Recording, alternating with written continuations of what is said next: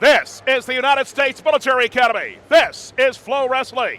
Today we hatch this big dual meet. It's not like any other.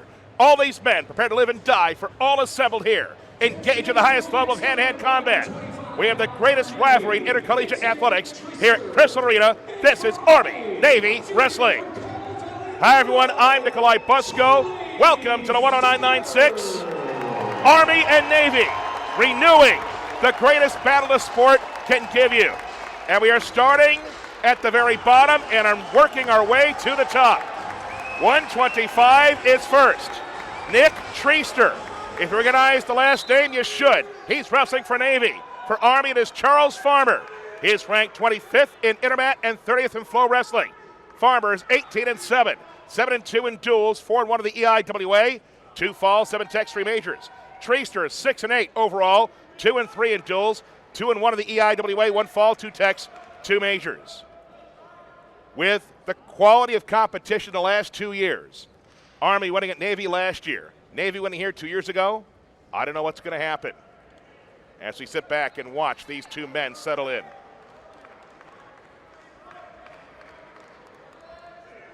Nothing doing yet. As trying to strike down low as Farmer, the answer was no from Treaster.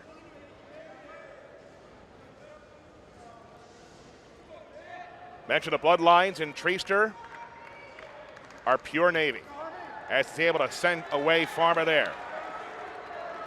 Treaster's father Matthew graduated from Annapolis in 1988, wrestled. His brothers Logan and Grant graduated from Navy as well. Grant last year, Logan in 2021. Neither man giving much right now.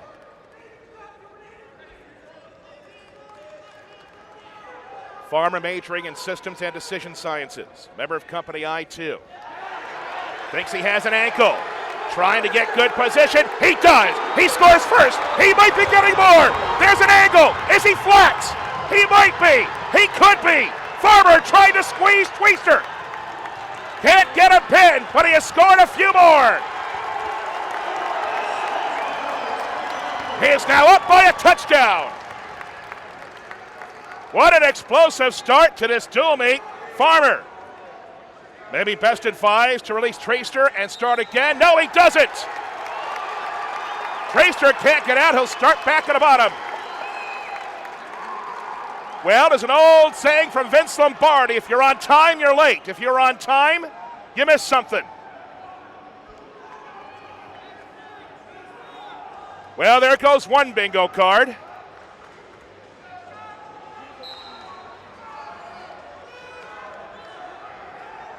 Now it is catch and release.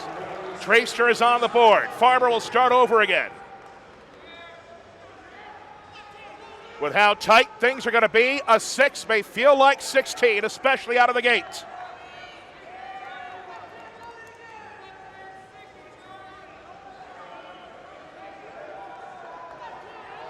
So much happening here as Farmer just trying to relax, as Treaster is forcing the issue now. Army coming in with an axe to grind, losing its last two meets, February 1st at Lehigh 27-10 and January 26th at Bucknell 21-13. And we've got a whistle. The cadets don't like the call. The referee says, you guys were stuck at a stalemate. I had to pry you apart. Army overall, 6-3 in dual meets, 3-2 in the IWA. This is the first home meet today for the cadets. Navy has won 4 dual meets in a row. 5-3 overall, 4-0 in the EIWA, 1-2 on the road. Last wrestled January 31st and won at Bucknell 27-9. This winning streak includes Harvard, Lehigh, and American. End of 1. Farmer 7, Treaster 1. Navy has also beaten Drexel in the league. Losses have come to Pitt, UNC, and Iowa State. Army's league wins have come against Morgan State, LIU, and American. The Black Knights beat Purdue in November, the first win against a power conference opponent in 5 years. And they only lost to the number 2, Iowa, 23-16 in December.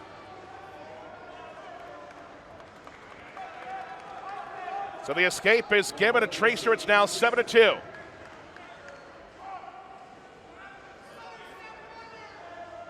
Has Treaster learned something since the near fall from Farmer?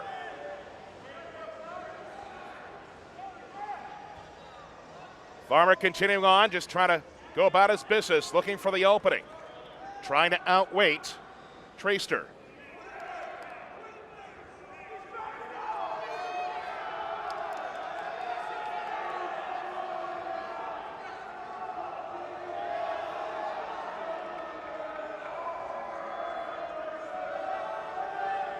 This place is starting to fill up.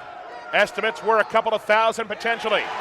And a stall warning's been given to Treaster. For those who are old-time scoring guys, you see in the left corner there, Navy is in red, Army is in green.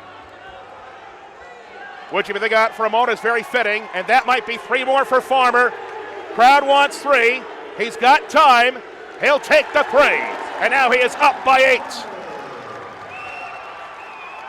If that upper clock gets to a minute, he'll be up by 9 potentially.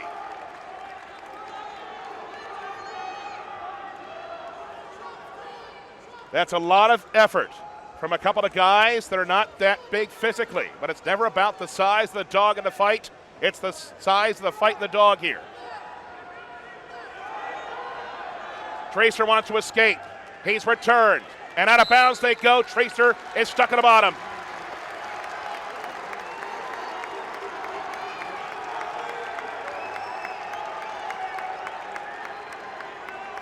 Farmer has come prepared.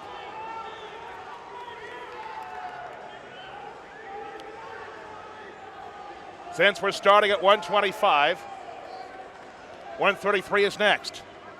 Ethan Bergen for Army, Brendan Ferretti for Navy. We got a false start here. This one is going to be against Farmer. As the referee is just saying, I know you didn't mean it, but you can't do that again. Take 2.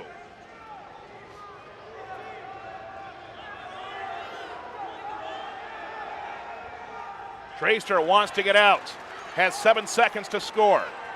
Farmer hangs on to him, 3 more seconds. Takes him back down, and that's how the second period ends. Farmer has 125 on that upper clock, so potentially he's up by 9 at the moment. Treaster trying to chip away at this later. Maybe he's got a magic trick that he can perform here in the third.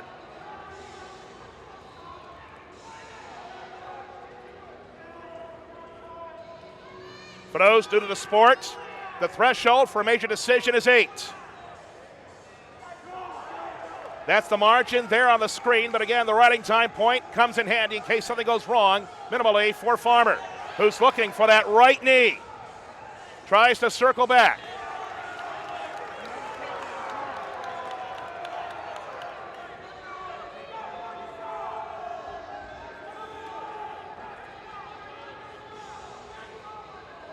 It feels strange, but it feels like it's cooled down in here since the meet began.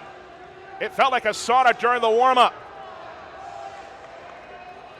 Treaster trying to score at the very least to minimize the damage. Minute left. The cadets want to stall, which could concede another point, but they don't get it. And the man in the middle says, get back on your feet with 54 to go.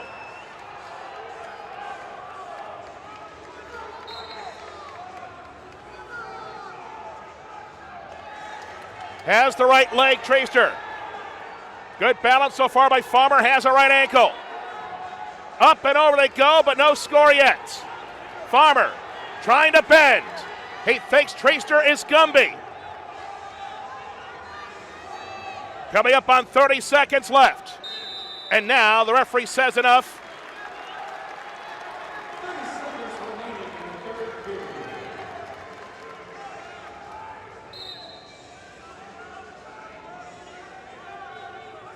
No sport like it.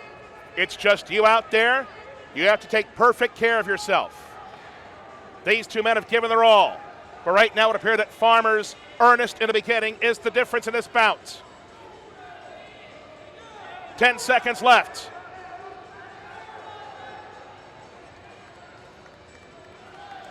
Charles Farmer with a good harvest. 3 more for good measure. Officially, 14-2. Army leads 4-0 after 1.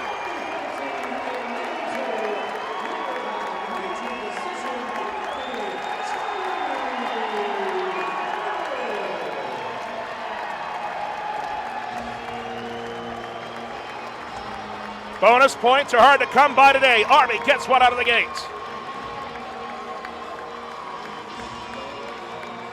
Up next, 133.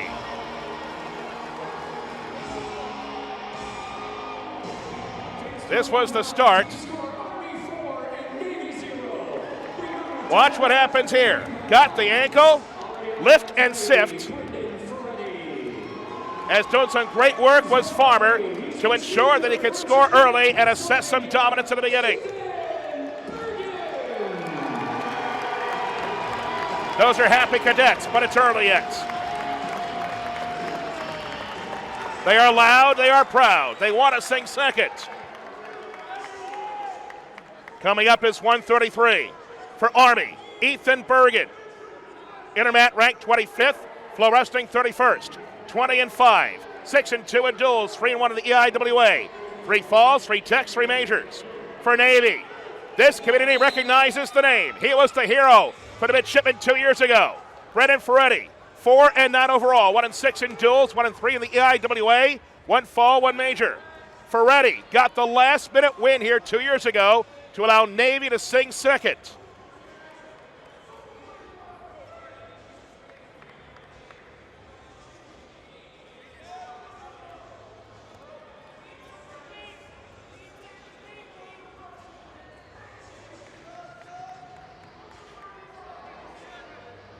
The tension is palpable.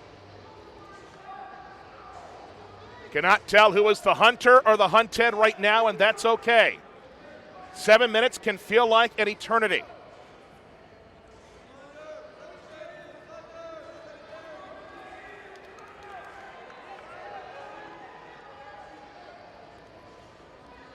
Bergen has made his bones at 125. Now he has bumped up a bit. Ferretti looking for more bones. These would be high-quality bones if he can get them.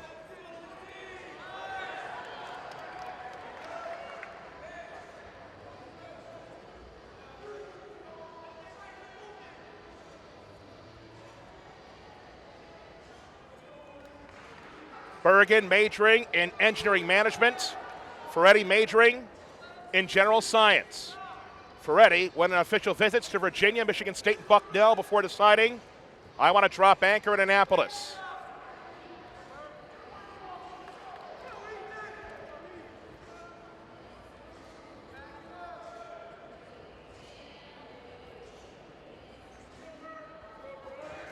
There goes the shoelace attempt by Ferretti. Bergen says no.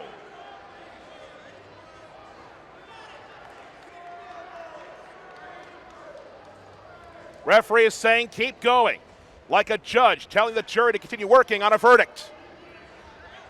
But they are clearly deadlocked right now. Bergen tries to push.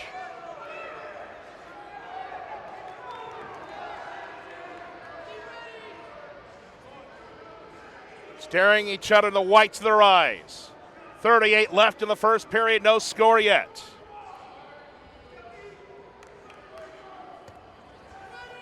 Bergen looked like he lost his balance briefly. Ferretti cannot capitalize. Tries to shift the weight, but Bergen being very stubborn.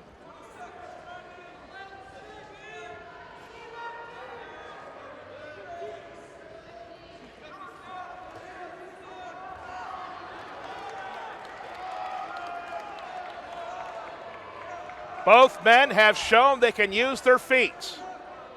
Defensively, they've used their heads too. We are scoreless after 1. Next is 141, by the way. For Army, we expect Richard Trainer. And for Navy, we certainly expect Josh Coderhunt. That is going to be fun. But first, these guys will continue on. Ferretti looking for a quick score to go up in front of Bergen.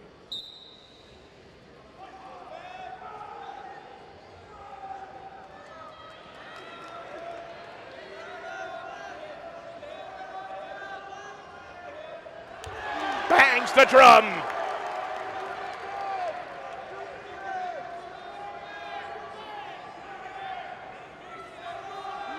Apparently once wasn't enough.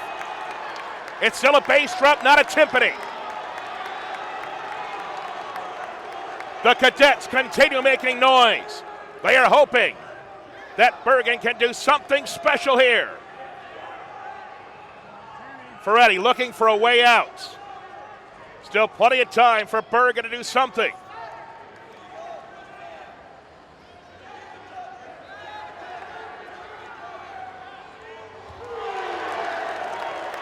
Knocks him down for the third time. The mat might need a breather after this period. Each combatant spent a year at his academy's prep school, where you learn so much about yourself and ultimately decide for yourself this is the right thing, and a stall has been given against Bergen.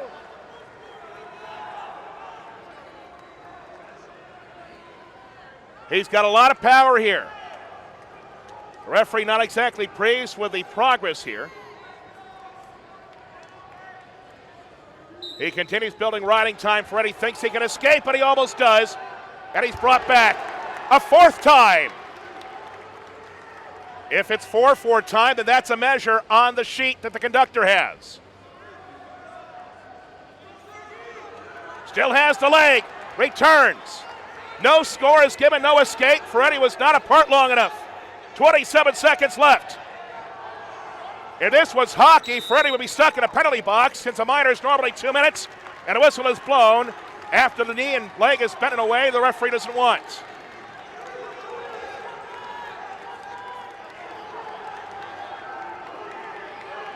This might be the only sport where 2 minutes can feel like an hour. Not even in basketball if everybody's got other timeouts at the end. Ferretti trying to escape to go in front. 18 seconds. Ferretti still can't escape. Bergen is still on him. 10 seconds left. Ferretti trying to find a way out. Is there exposure? No, it wasn't long enough. It was maybe just 1 second, maybe 1.5. But the story is Ferretti does not escape Bergen. Keeps him in his grasp for the entire 2 minutes.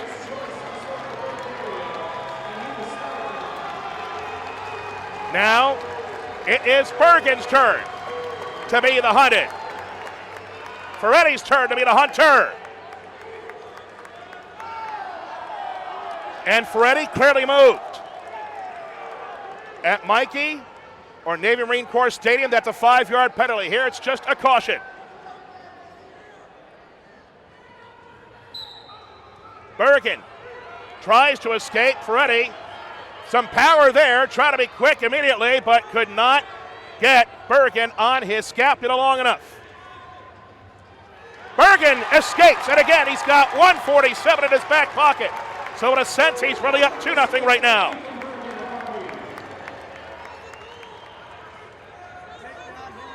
Remember, a takedown is 3 points. They changed that rule a couple of years ago. I think it's done more good than harm, but it still takes some getting used to for some people. Rewards the aggressive offensive wrestler. Neither one of these men has any trouble being aggressive, that's for sure. 1:15 is left. As Bergen able to slide a little bit away from Ferretti.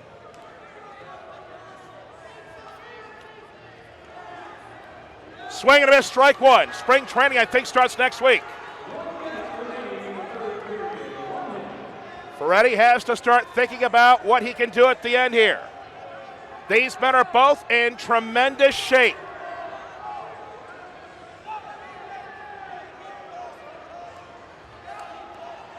Ferretti strong on his left knee.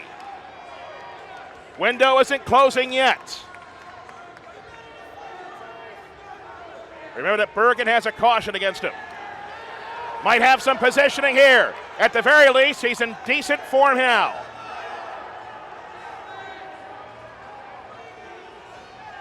Ferretti, can he recapture that beautiful magic from 2 years ago? 15 to go.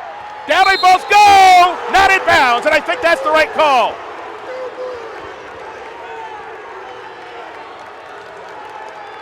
I don't think he was completely in bounds. If he was in bounds, the bout is over. 10 seconds left for Eddie. Running out of options, running out of time. Bergen still on his feet. 5 seconds left. Take it down. Bergen is going to win. Army will be up 7-0 after 2.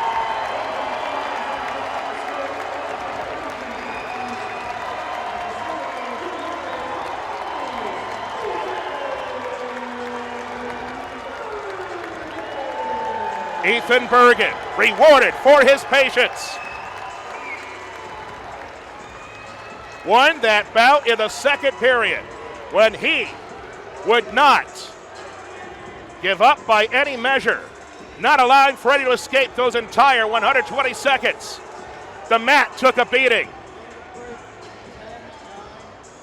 We're going to take a quick break and come back here at Crystal Arena. You're watching FloWrestling.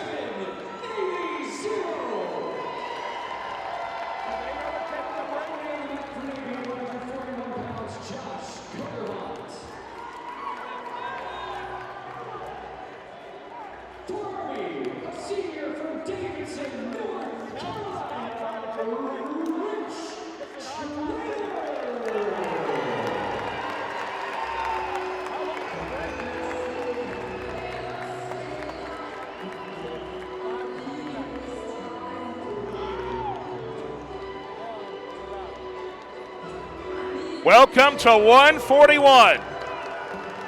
And we got a clash for you for Army. He's ranked 32nd in Intermat and 26th. In FloWrestling, it's Richard Trainer. For Navy, he is 7th in both. It is Josh Coderhunt. And he's got to come up big now. The ship is not sinking yet, but there's more water than there needs to be, as Army has fired a couple of shots early and leads 7-0. This game of Twister continues. They both step out. Referee says continue. The diner closes at 7. We want to make sure everybody gets there on time. Out they go. This is not the CFL, so they must come back to the center. Trainer, 13-5 this season, 2-1 in duels, 2-1 in the EIWA, 4 falls, 3 majors. Coderhunt, 19-3, 8-0 in duels, 4-0 in the EIWA, 5 falls, 2 techs, 1 major.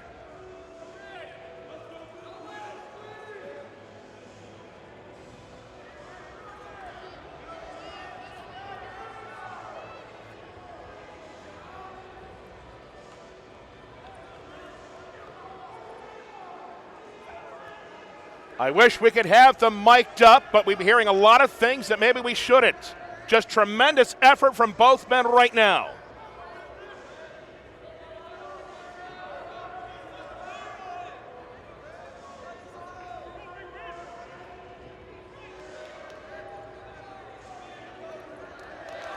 Coderhunt, majoring in political science. Trainer, majoring in sociology with a minor in systems engineering. Trainer looks up to his grandfather who served in the military. The DNA on some of these gentlemen runs very, very deep. Trainer wanted to come to West Point for the education, athletics, and to serve his country.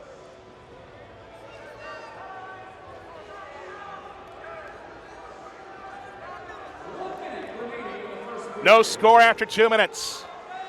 Lots of hand fighting, but not much else. Almost losing his balance was Coderhunt. And now they're out. If your son is participating in this bacchanalia, you have my personal thanks. But I'm also glad I'm not you right now because you're probably a lot more nervous than I am.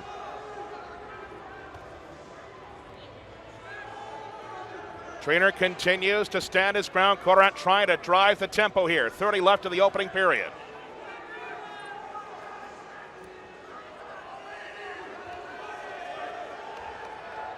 They spin. No. Coderhunt did go out at some point. And even though that might not have been a complete takedown. The geometry may not have lined up.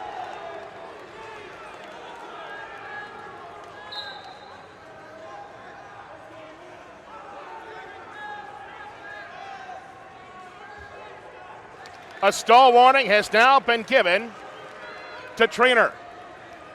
He's got to do more, the referee says. And the first period ends without any points on the board. But again, Trainer has been warned.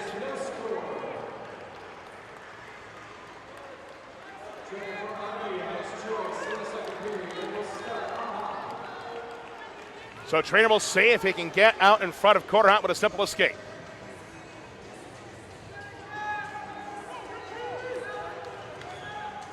What does Coderhunt have up his sleeve here?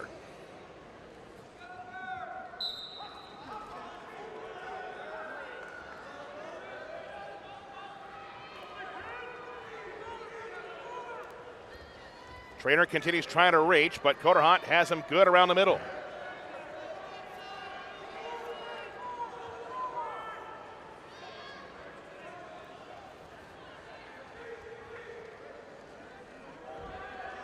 Not many openings. Tries to bring him back, and he'll still have Trainer on the bottom.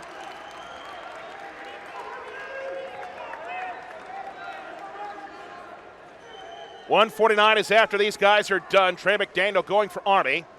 It'll be the Cayman Smith or Nicholas Vafiatis for Navy. I'm thinking it's Smith, but I've seen stranger things happen.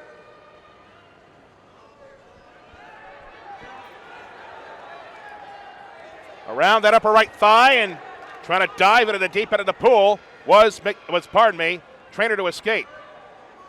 Coderhunt still in good position.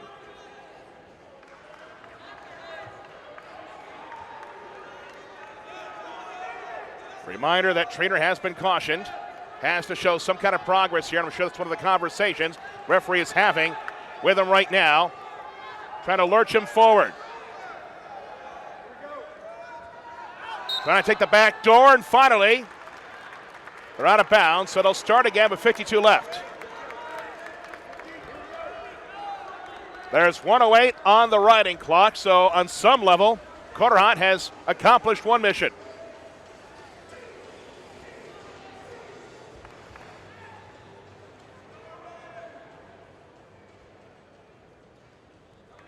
And that is a false start against Trainer. So there's a stall and a caution against him now.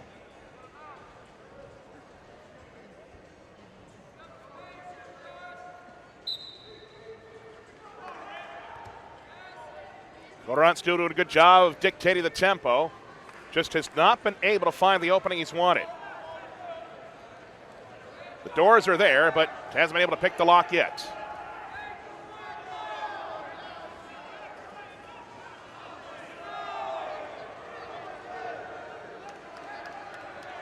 .30 seconds left in the second period, still no score officially. Coderhunt just trying to find an opening to get more than just 3. Navy could use 6 right now.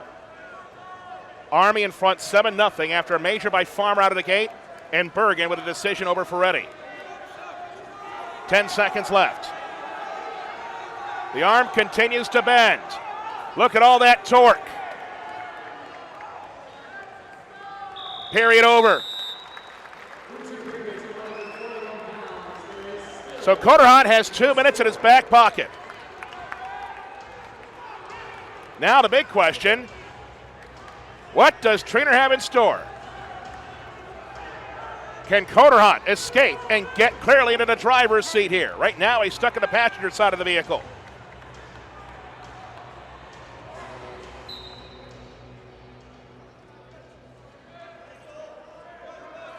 He might be best off just to do catch and release, and he does. By the way, trout season in New York State begins April 1st. We're not there yet. Good news is a takedown is 3, so he can still win the bout with 1. However, Coderhunt is quick. Like melted butter, he scores and gets rid of him right away. Catch and release all around. He'll take the takedown and then the escape. He is up by 3, make it 4 with the riding points.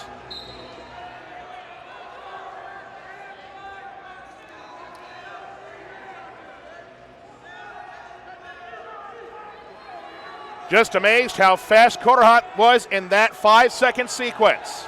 Saw the opening that he needed, and he got it. Screaming for a stall and an additional point for his man. Was called it, but could not get the call. And now he will get it.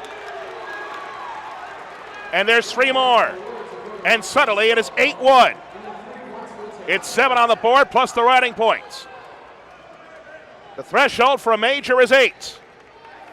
Coderhot thinks he can get Trainer one more time. Trainer fighting well. But he is going to be on the short end apparently unless something really strange happens now. Navy. Looks like they might be closer than they think after this one. As Trainer right now, I think, is just trying to avoid giving up 6.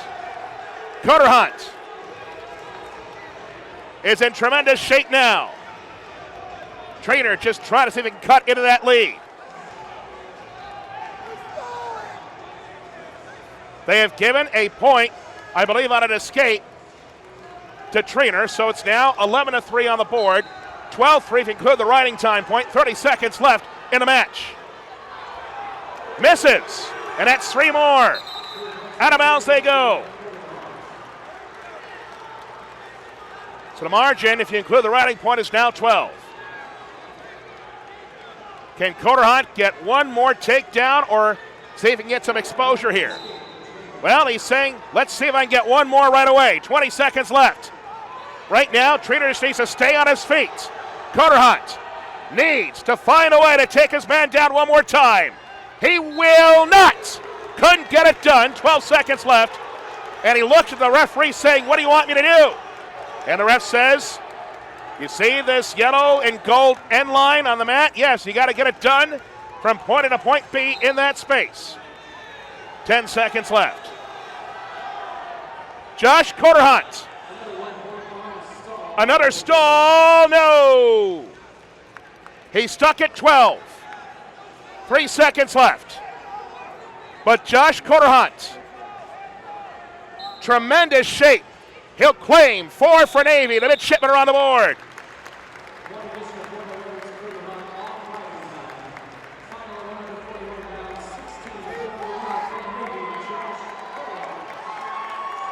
Incredible display by Josh Coderhot. The Black Knights were pumped before this bout after the win by Bergen, but Josh Coderhot took care of business for the midshipmen in a big way. 5-2 in duels, 2-1 in the IWA. 5 falls, 2 tags, 2 majors. Had a quick pin of 46 seconds earlier this season.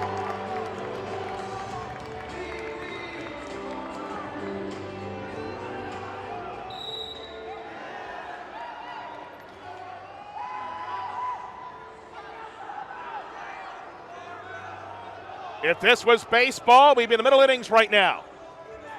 Everyone's gone through the order at least once.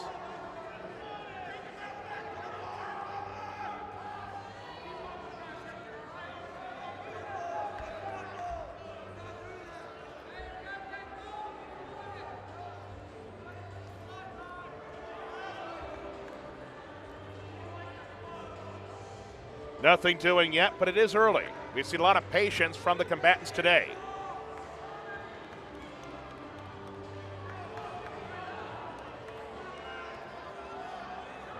McDaniel, majoring in engineering management. Company H3. Spent a year here at the prep school. Smith, majoring in political science. Graduated from Cathedral Prep in Erie. Lovely school.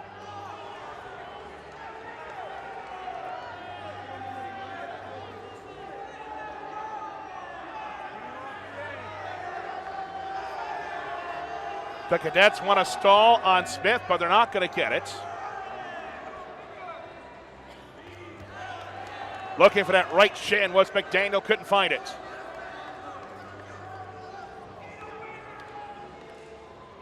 Looks like a couple of rams on top of the Matterhorn butting heads.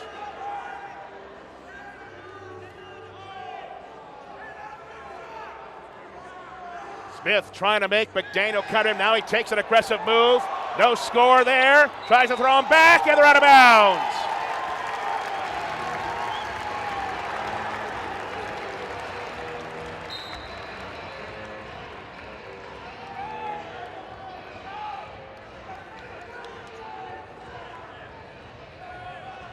Now the breathing is starting to get a bit heavier. I see sweat, but it's not pouring out.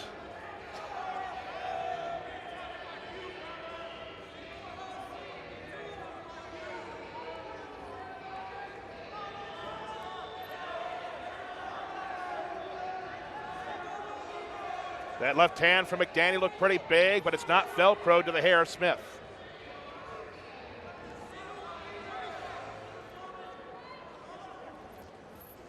McDaniel had that wrist of Smith briefly, but could do nothing. 24 left of the period.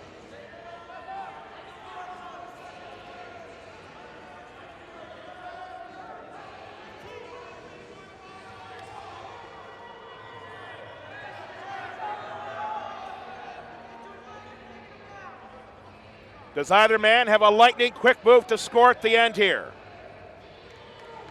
Nope. I wouldn't call that a boring first period, but certainly both men just trying to feel each other out.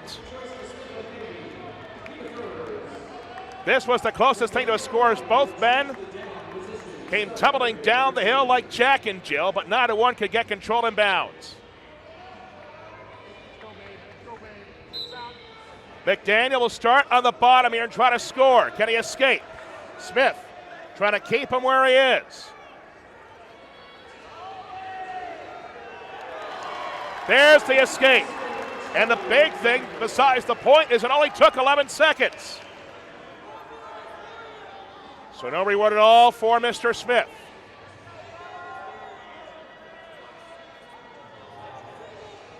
Wants that head. McDaniel will get it, and Smith takes it back. Smith continuing to try to see if McDaniel will go for something downstairs.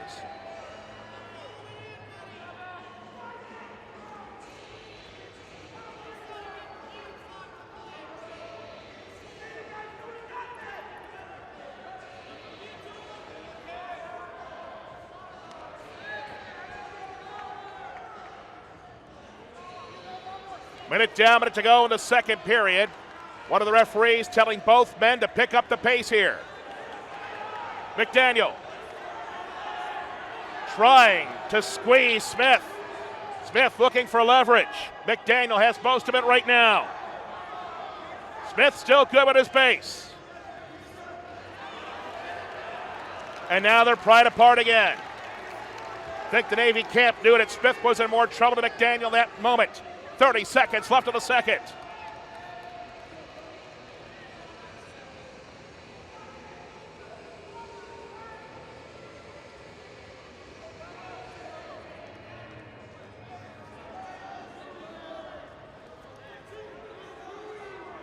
Have not seen a stall for either combatant yet.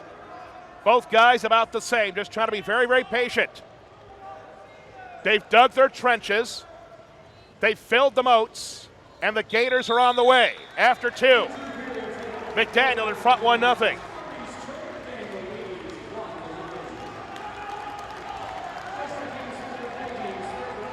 What posture will McDaniel adopt here as the top here to start the third?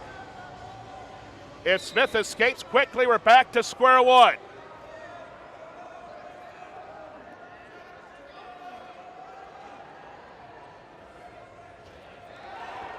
Is that a reverse?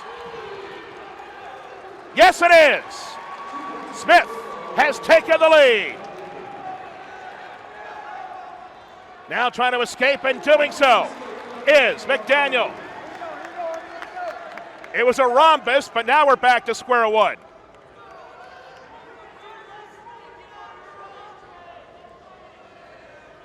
A simple decision for Smith will tie the meet after four. McDaniel looking to put some distance between himself and the mids. 157 is next. Dakota Morris will go for Army. We expect Jonathan Lay for Navy, but Charlie Evans is also on standby.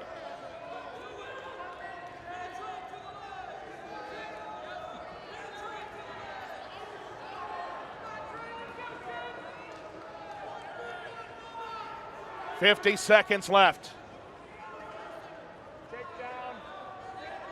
Both men look like they've got wet noodles attached to their shoulders at the moment. There goes Smith. But McDaniel trying to get control of that leg and get further behind. But grabbing that right ankle is Smith. Trying to see how far that leg will bend. 30 seconds left. Dueling Gumbies. On the back was Smith. Did he score? No, he did not. No score. McDaniel thought he had, so did most of the building. Smith still has something. Now he has. It is 3 for a takedown of maybe more. McDaniel looking for more. It happened so quickly. He snuck it under the run. But Trey McDaniel is able to get the victory for Army.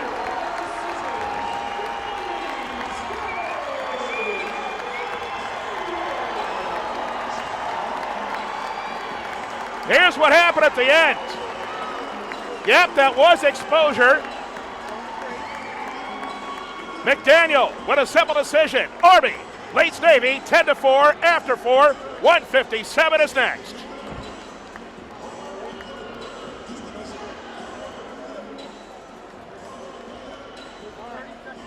Quickest pin.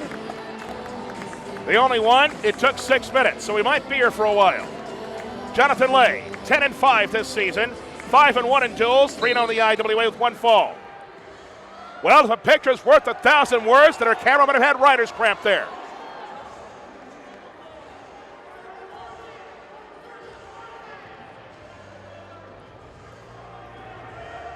Morris and Lay. Morris pushing, and they're out of bounds. Cadets want something done with Lay, and the ref looks back at him and says, "Are you kidding me?"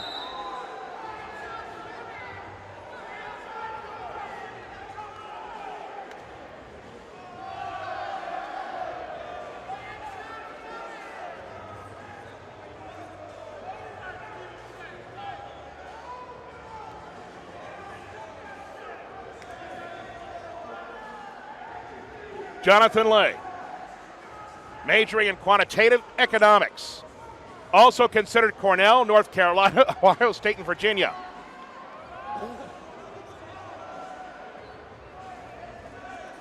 Spent a year at the prep school in Annapolis a couple of years ago just to get ready. He's ready here, but good balance by Morris. Morris, can he spin out? He does for the moment. Still has a leg. No score given. Still has that left knee. And now it's pried apart, and the point's going to Lay.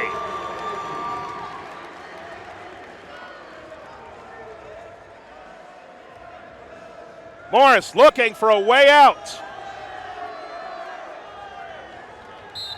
And they're out of bounds. So Morris will resume on the bottom with 1:32 left of the first.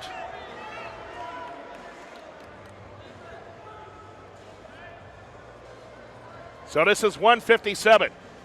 165 is next. Gunnar Filipowicz for Army. And we expect Dylan Elmore for Navy. Although Elijah Penton has been put on the list as if to say, yes, he could go too.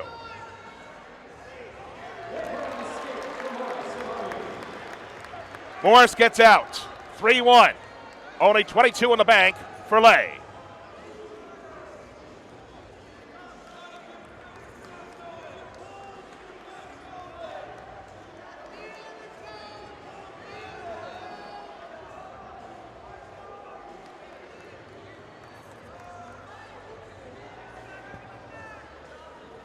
Both men keeping a healthy distance right now. Last year at Navy, Army won 18-17 and a 3-meet losing streak against the Mids. 2 years ago here, Navy got a last-minute score in the final period, the final match to win 18-13. Of all the events I've worked over the years, that one came the closest to killing me on sight. 2022, Navy won at home 22-9. 2021 at Army. Navy won 23-10 to snap a streak of 4 wins by the Black Knights. There's plenty of history. They share a lot.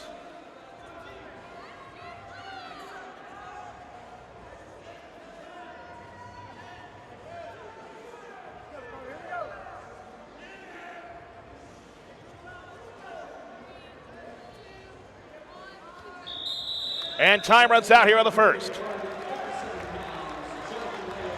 For those who follow West Point carefully may notice already, for those who do not, Kevin Ward's head coaching position at West Point is now officially called the Class of 1972 head men's wrestling coach.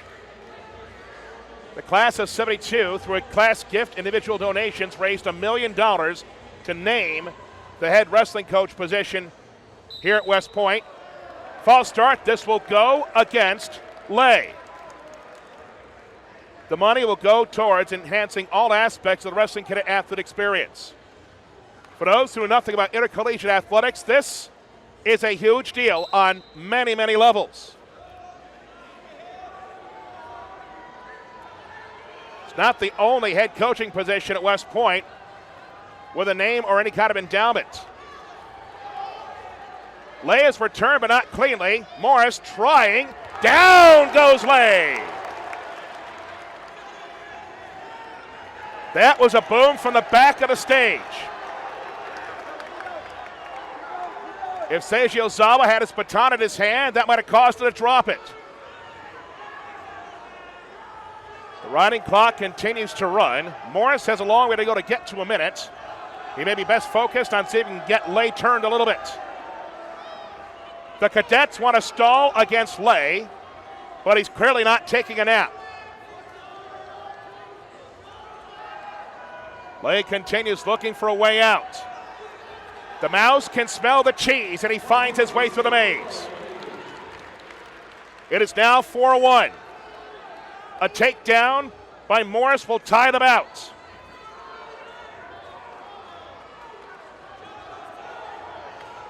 Been a lot of head slapping here in this bout.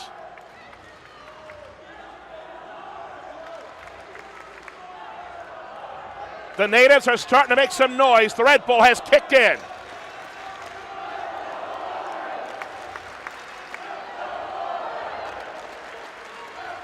I wish it was this loud every time there was an event in this building, but then the events individually do not need as much. This is a special one. This is the one. 15 left in the second.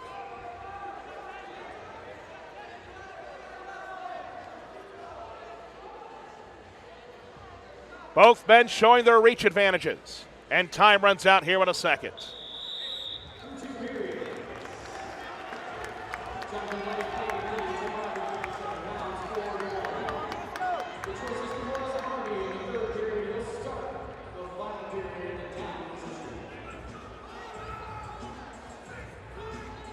So let's see what strategy here Morris has to escape. We'll see if Lay lets him out. He does it at least initially as he's trying to eat into that top clock there. Morris continues reaching, but Lay is being very stubborn. It's like pulling on a door that says push. Can Morris hook a leg and try to trip Lay? That might be optimistic. And a warning has been given to Lay. He lets out Morris. 4-2. 6 seconds on the riding clock, so I don't think it's going to make a difference in the end here unless something happens immediately. A takedown by Morris right now wins the bout. Can Lay hold him off, or can he counter quickly to salt it away? 10-4 is the meet score in favor of Army. Farmer with a major out of the gate. Bergen made it 7-0. Coderhot got it done afterwards, and then McDaniel was quick at the end.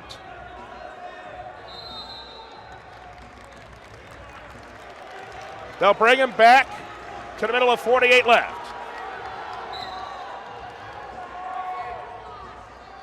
Window is starting to close for Morris.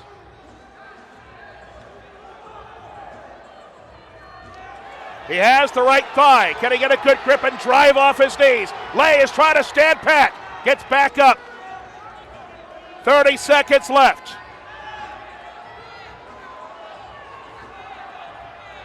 Morris is thinking about the options, but every single second it ticks down, one option disappears. Lay just trying to hang on. A deep breath for both men. We've reached the final stand. 8 seconds left. Lay has the head. Keeps circling. Morris. Lay takes him down. Jonathan Lay gets it done.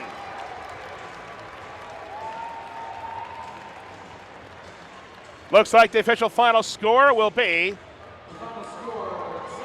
it's 7-2. Duels, 3-1 in the EIWA, 4 majors. For Army, ranked 17th in Intermat, 24th in FloWrestling, Gunnar Filipowicz. 21-3, 7-2 in duels, 4-1 in the EIWA. 5 falls, 6 techs, 7 majors. You do the math, 18 of his 21 wins have come with bonus points. I think on some level Navy regrets that we had that bit of a break after the win by Lay because it might be hard to recapture the momentum following such a gritty win by Lay. Filipowicz looking to keep his good season going.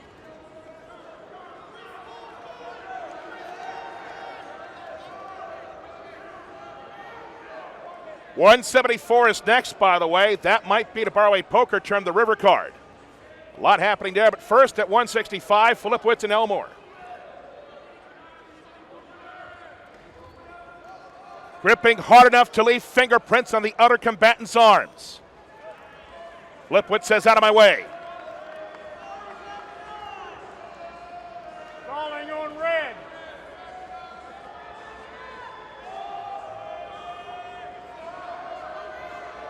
Elmore is looking to go forward, but he can't go backward or to the side because it's out of real estate. I had an opportunity to have Gunnar Filipowicz on a hockey broadcast last night where he spoke for an entire intermission. He said something interesting that I'll share with you. He doesn't worry about the opponent. I said, you know, Dylan Elmore has wrestled the last 4 duels for Navy. He's looked pretty good. And he said, I just focus on me. I focus on my moves, what I need to do to be successful.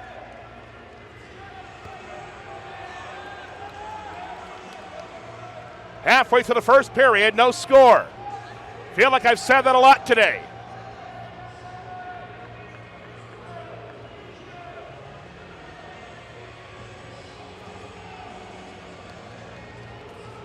Great song.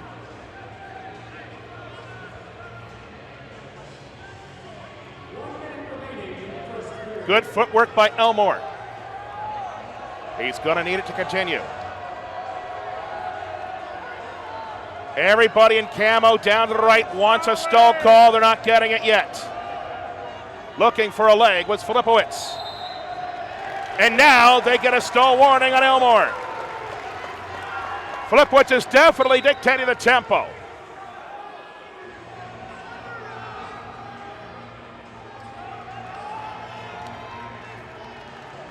I don't see their lifts moving as far as words go, but they're both puffing right now.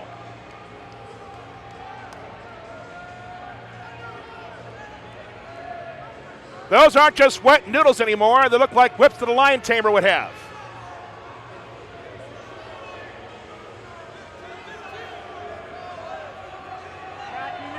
Ten seconds left in the period. Both men continue to push. Filipowicz trying to get one more step. Everyone in camo wants a stall call, and they don't get it. End of 1, no score. We had Filipowicz on a hockey broadcast last night because his roommate at West Point is one of the hockey players, Vincent Soliche, who had a big game last night as Army got a shootout win over Air Force. Cadet athletes often room with each other. They also do the same at the Naval Academy. Almost got a turn was Filipowicz, but Elmore able to slide just enough. Trying to yank away. Well, that left leg still belongs to Filipowicz, and down goes Elmore. And that's a good move, I think, by Filipowicz to get out of bounds so he can reset.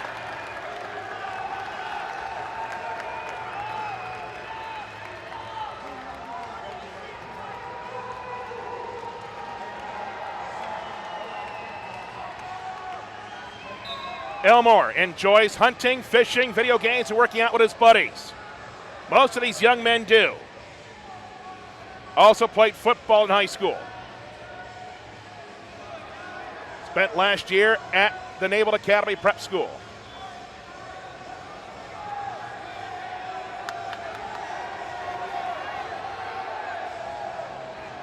Filipowicz, his brother Jackson, played for the football team here at West Point. Graduated last year. That's out of bounds. Army wants a stall call. The referee says, no, I'm not ready to give you one yet against Navy. Gunnar Filipowicz on the broadcast last night said, yep, it's getting tight, isn't it? Gunnar said that he thought his brother was going to Navy first. And then Jackson said, I'm going to West Point. And that changed everything.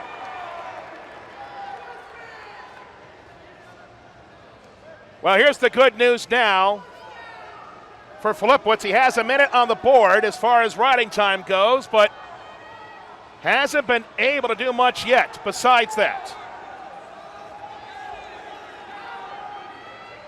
Still has that leg. At the very least, he wants that left shin to be on fire, like a bunch of mosquitoes have buffet on it. 25 left in the period. As Filipowicz is looking in your living room saying, do you have any ideas what I should be doing here? They'll go back to the middle of the mat with 16 to go.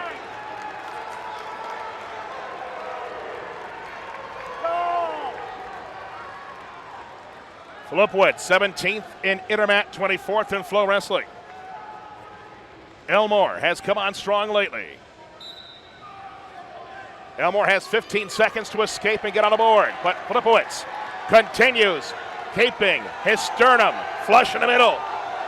Now look how he's trying to turn that left elbow, trying to make it burn, trying to make that lactic acid build, and time runs out here with a second.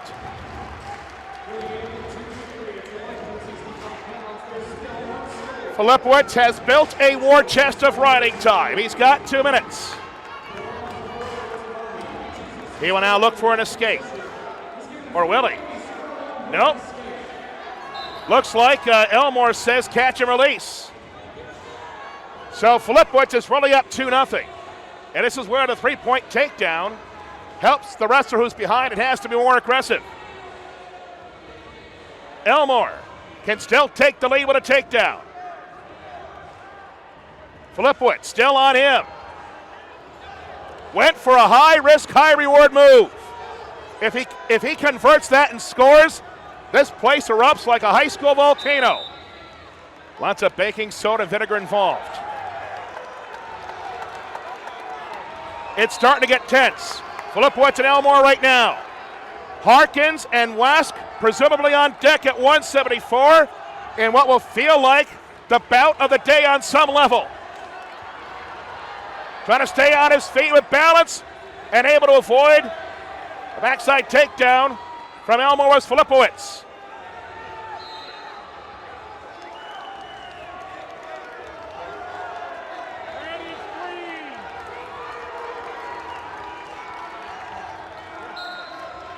I'm tired just watching these guys. 1 minute left in the final period. Filipowicz in front 1-0. Has 2 minutes of riding time, so in a sense he's up by 2.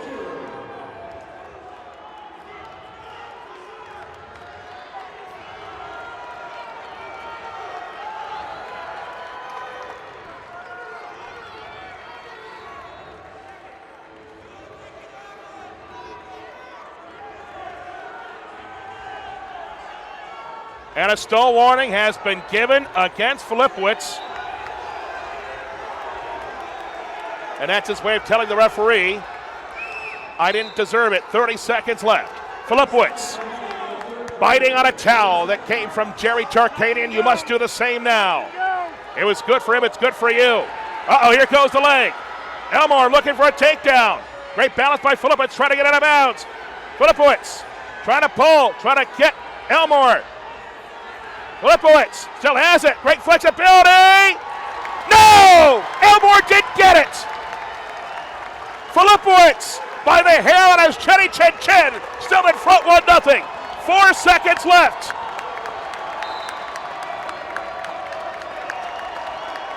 It is over. Filipowicz finds a way to win 2-0.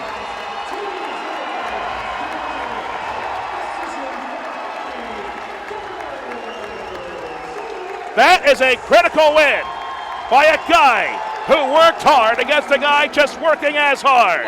FloWrestling, it's Dalton Harkins, 17-6 overall, 5-3 in duels, 3-1 in the EIWA, 4 falls, 1 tech, 2 majors.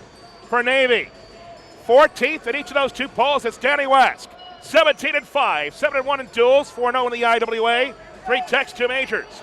The key stat, no falls for him this season. If he gets one here, he will not the meet with 3 bouts to go. Yes, that's a lot of math involved. West Point and Annapolis, neither one is afraid to do any math. There's war math, and then there's wrestling math.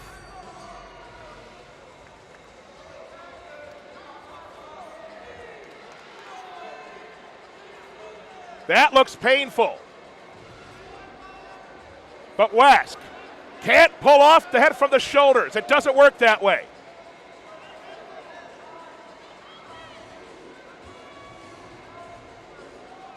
See, all it takes for Harkins to get the blood back above his neck.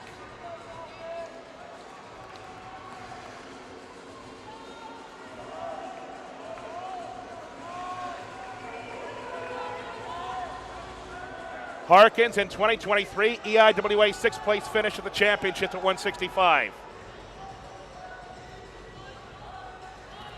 Wask made the NCAAs last season.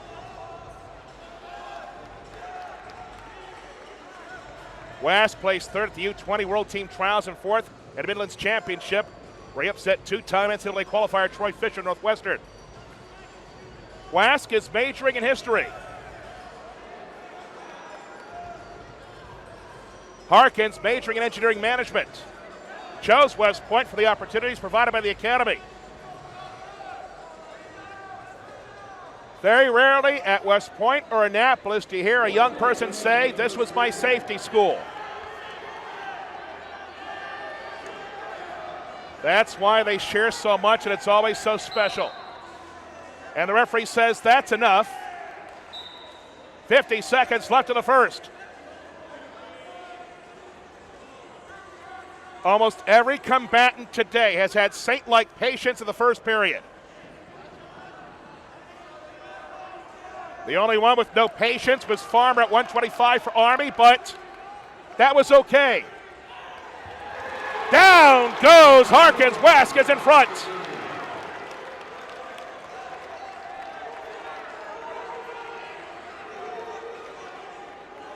He picked his moment, and Harkins, I'm not sure, was ready.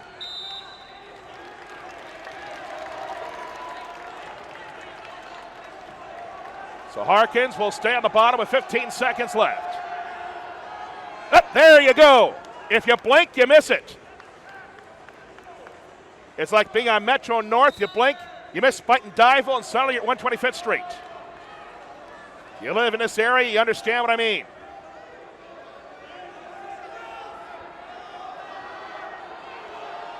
Can Harkins escape? No, he does not. And that is a big mat return for Wask. It's 3-0 after 1.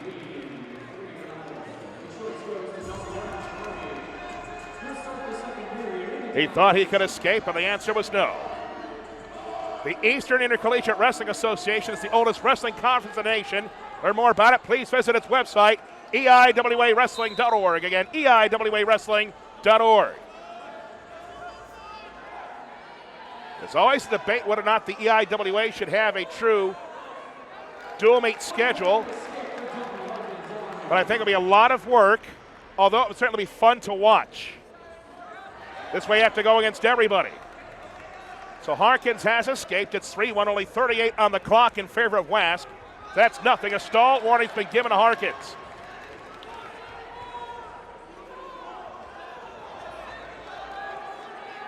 They stare each other down again.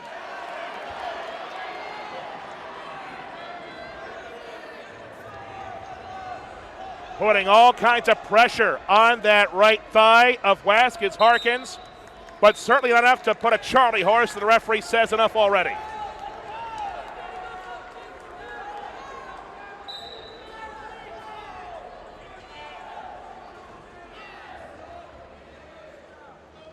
We're at 174, 184 is next. Jacob Gilfoldi expected for Army. Likely Daniel Williams for Navy, but Cale Krebs could also make an appearance.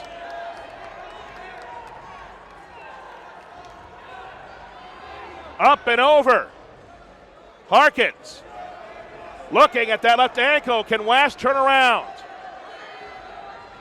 He does, but hanging on to that left ankle like a kid in a candy store, refusing to leave is Harkins.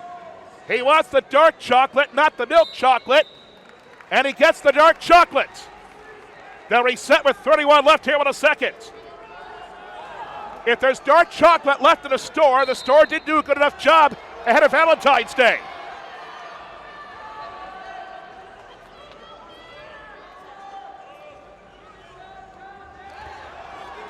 Good position was West. Harkins trying to counter. Does he get three?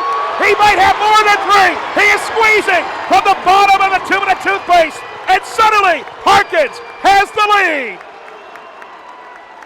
Just like that. A lightning strike at the end of the second. Uh-oh. Here comes the furniture. It was tossed by Kevin Ward. I think they want to see if there's more than 3 points, and whatever you want to call that.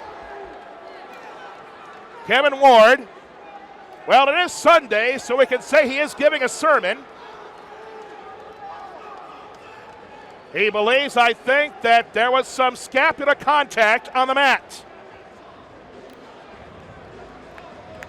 And so they're going to take a look here. And this is a big moment in the entire meet because Army right now is up by 6. The call on the mat live was no exposure. I can't tell if that was 45 degrees or not. The referees are great. They've got great eyes, but none of them keep a protractor in the back of their pocket. They're not math teachers. Keep it going, baby. All right, so here's what we got here. That's right. If they can roll the tape, we will see. Although right now it looks like they're both in good spot. I love it. I love it.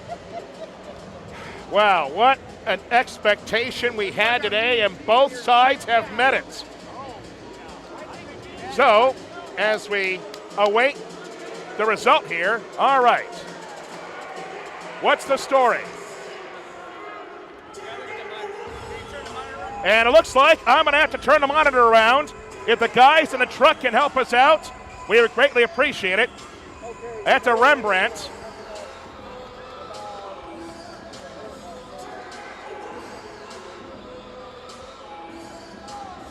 They're looking at the same thing you guys are right now at home. Yeah, you have a better view than me.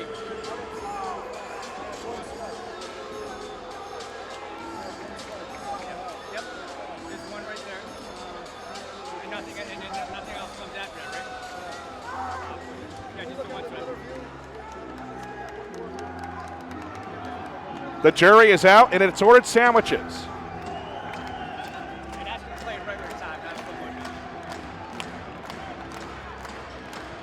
Again, call on the mat is no exposure, but they are looking.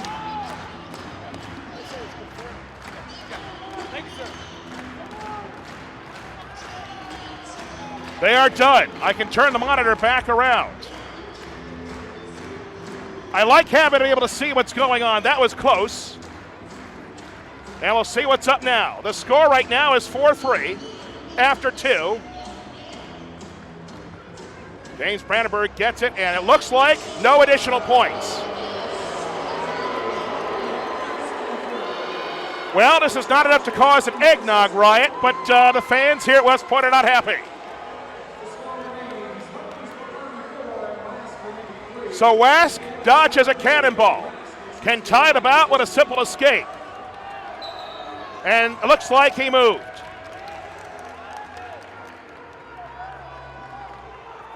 The plot thickens.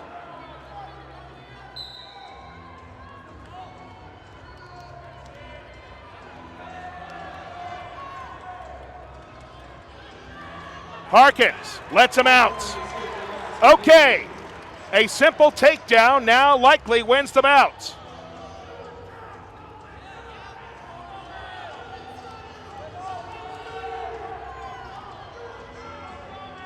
If you're having a great time, I'm glad for you. And again, if your kid is involved in this, you're probably very nervous right now.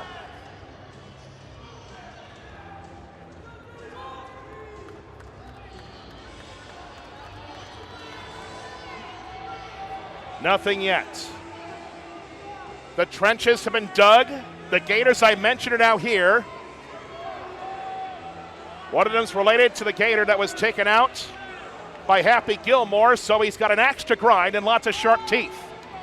1 minute left. Harkins tries to go in. Wask says no.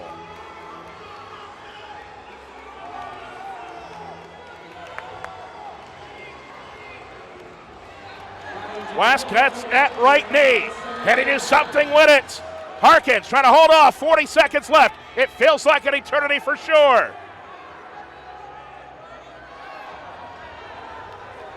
Referee says nothing yet. Trying to turn. Back on his feet is Harkins. Great position is Wask. Wask has the momentum, and he does get the takedown. There was enough control. The angle was good enough.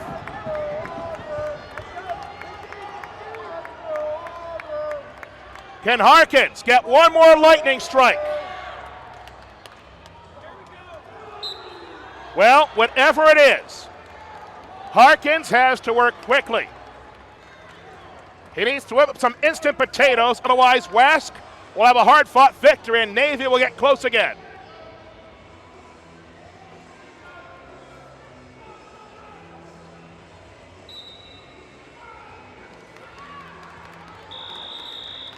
C'est ça, Cromer. Danny Wask gets Navy within 3.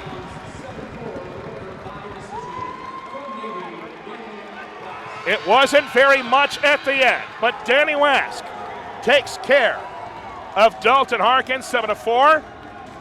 We have had 7 bouts here at Crystal Arena at West Point. Army leads Navy 13-10.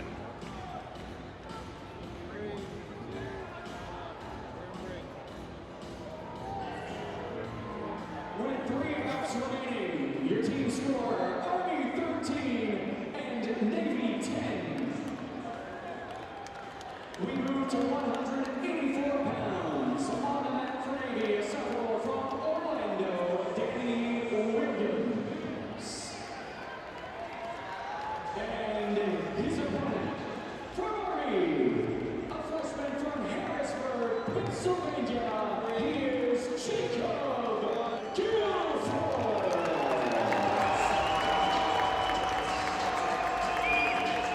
We have now reached the heavier guys.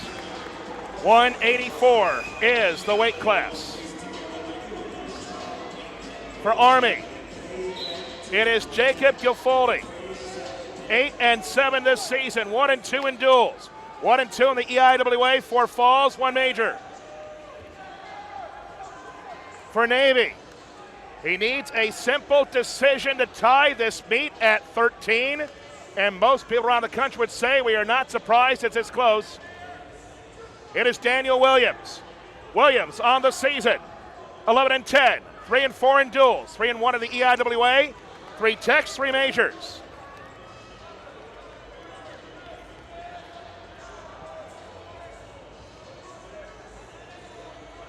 Guilford has 4 falls this season. Williams has none. But that might not mean anything. This is just like football. It's Army-Navy. Anything can happen.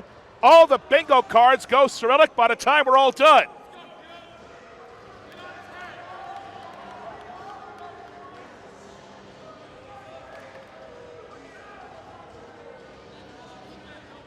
Daniel Williams, majoring in mechanical engineering, earned USNA academic honors in one semester. He also considered Army, also considered Columbia.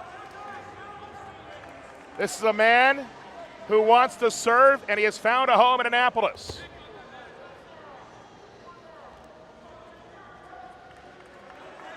Go, Army.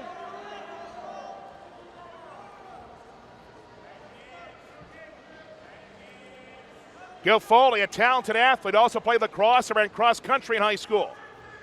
Company E4.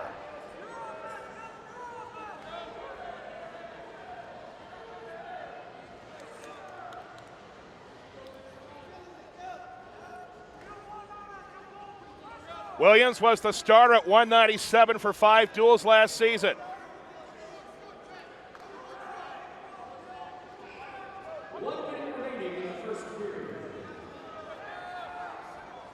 Did not pass go, did not collect $200, no score, 5 minutes of wrestling here in the first period.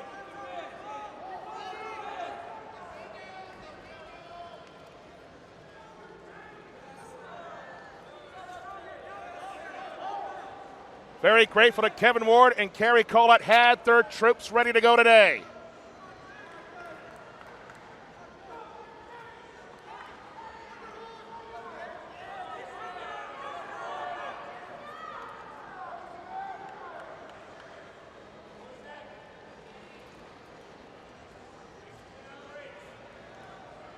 Gil Foley briefly had the right wrist of Williams, but could do nothing with it.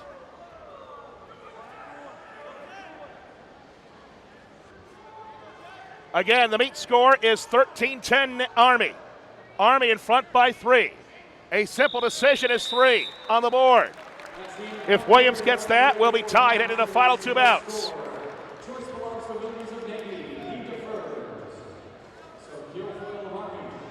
Williams says that Gil Foley can make the choice. Gil Foley chooses to start at the bottom.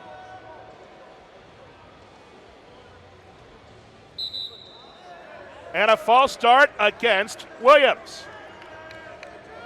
Referee says this is my standard. If you flinch, if you twitch, you get another.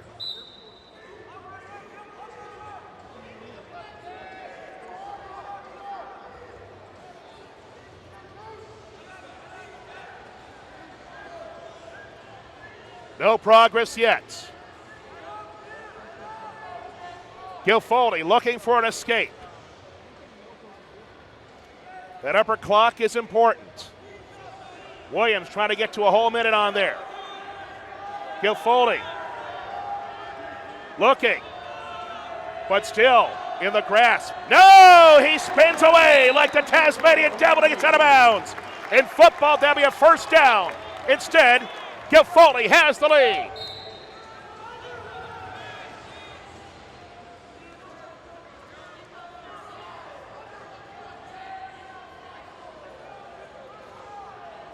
On deck at 197, presumably Wolfgang Frabel for Army and Peyton Thomas for Navy. That's a good one, too. And then the last course in this meal is Lucas Stoddard for Army and Ben Faribaugh for Navy. We think Jacob Lucas is also present. I hope you can wait for dinner. I don't know what's going to happen. I don't want what happens coming out of my mouth to cause you to choke on what's in yours. This has been incredible. Williams trying to counter, but being stubborn as Gil Foley.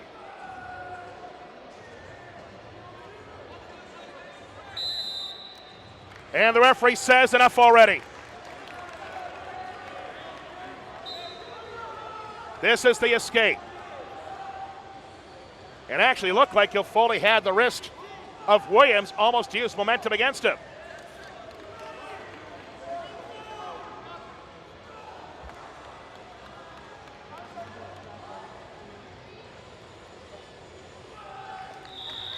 That's the end of the second. Just running out of time was Gil Foley.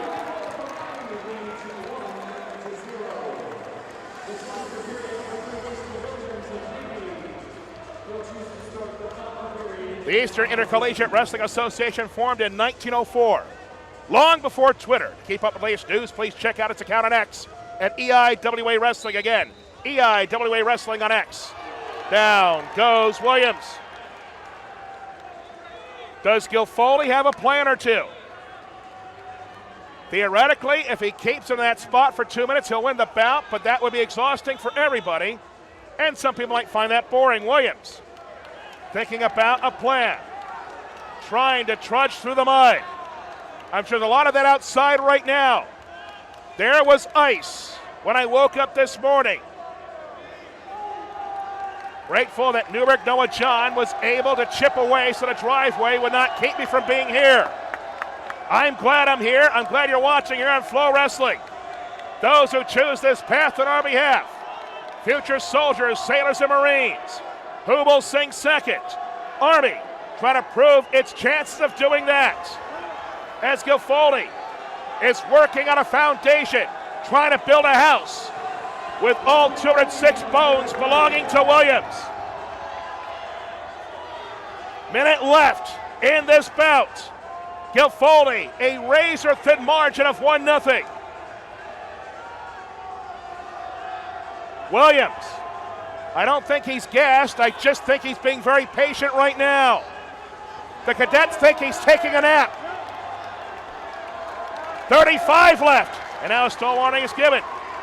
Williams has to do something. 28 seconds left. Gilfoldi trying to put Army in a strong position, heading to final 2 bouts. 20 seconds left. Continues to drive, leading with his sternum. 13 seconds left. Williams, the window is starting to close. Gilfoldi trying to grind him down. 4 seconds left.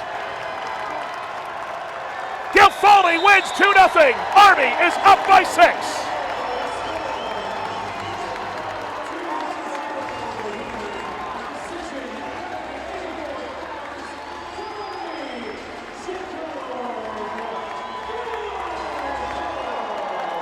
That is hard work. That's the look of a guy who put in the work and got the result he wanted.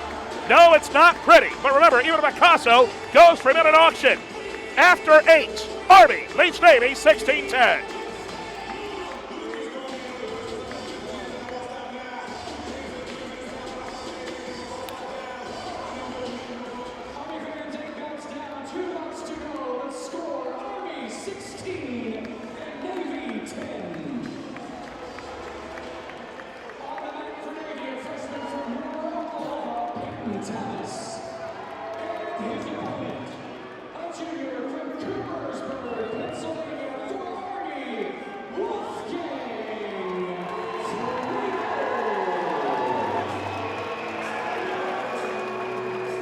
Peyton Thomas must win this bout to give Navy a chance to win.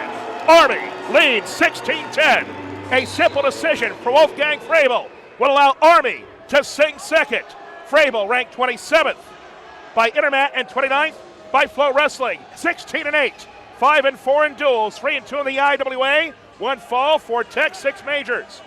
Peyton Thomas for the mids, 33rd in Intermat, 32nd in FloWrestling. 8-8 overall, 3-5 in duels, 1-3 in the EIWA, 1 fall, 2 majors. Again, Army leads 16-10.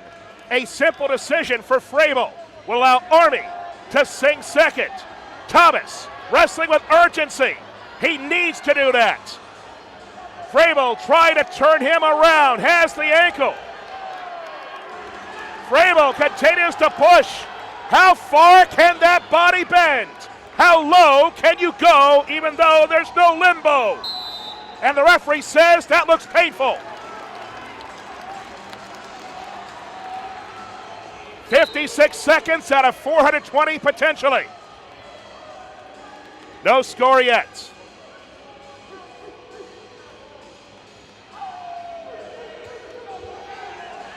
Can Frabel get something done? He has the geometry. Does he have control? He has the leg. It's bending like a Lego. It's not a slinky.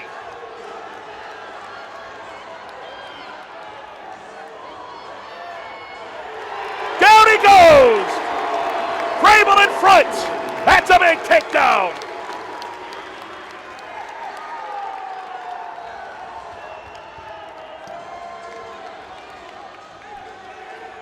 Frabel still in control, has to be careful, they're out. But Frabel has the lead. Again, any decision that he takes for Army will allow the Black Knights to complete the mission. He was patient, like a sniper in the bunker, waiting for the target to appear.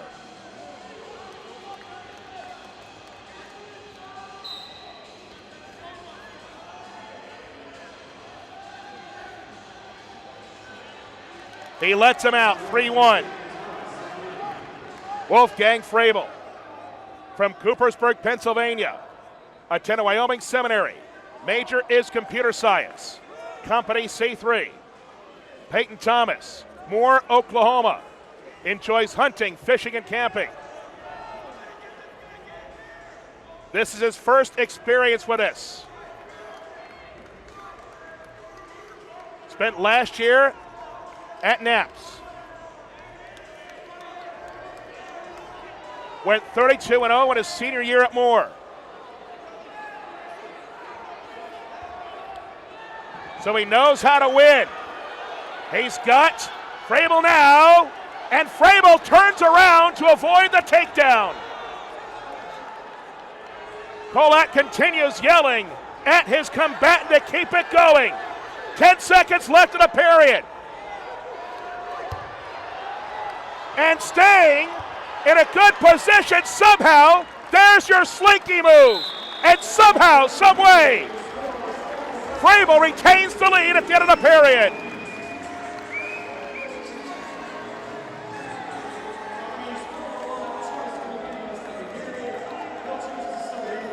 There are tarantulas who are jealous with where the legs and arms, for that matter, Frabel went to end the period.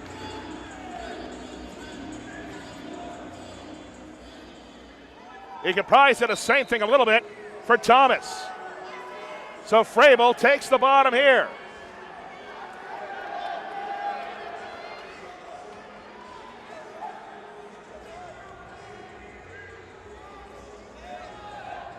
Briefly on the back, but not enough to start a count.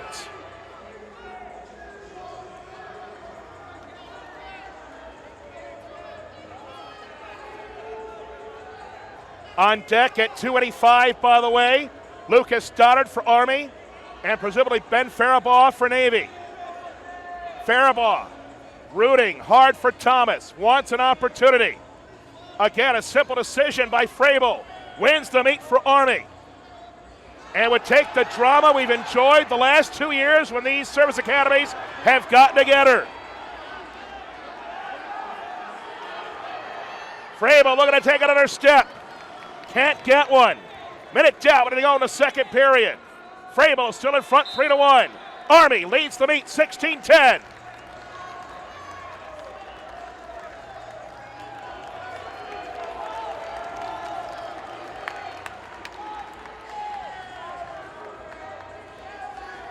The tension continues growing, like Pinocchio's nose. But nobody is lying here. Lying forbidden at both academies. No lie, this has been intense. It always is. Thomas still in control.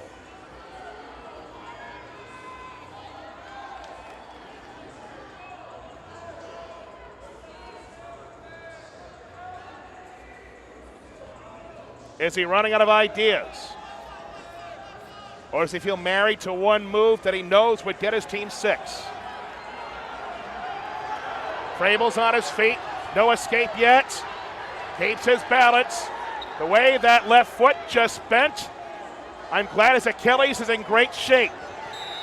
And a whistle is blown as the referee says enough, and he's actually, I think, giving a stall warning to Thomas.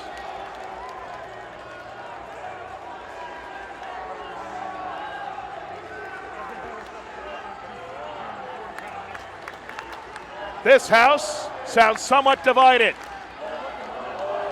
Both West Point and Annapolis have fans everywhere, and now a caution is given to Thomas.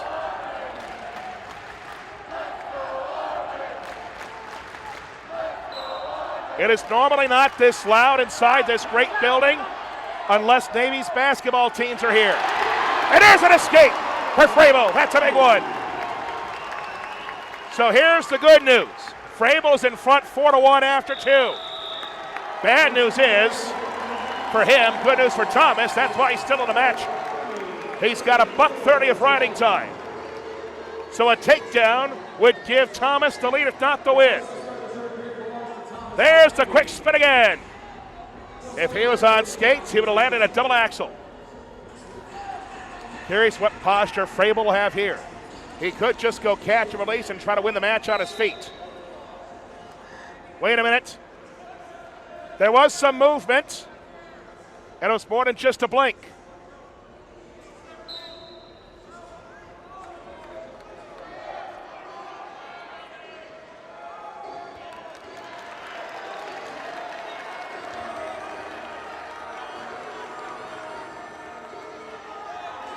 Frable has to be careful. The Lion is most dangerous when he's wounded. Thomas is not bleeding, but there's a wound. He lets him out. Game on. 1:35 is left. It is 4-2. Riding point is still in play at 107. A takedown would give Thomas the win potentially.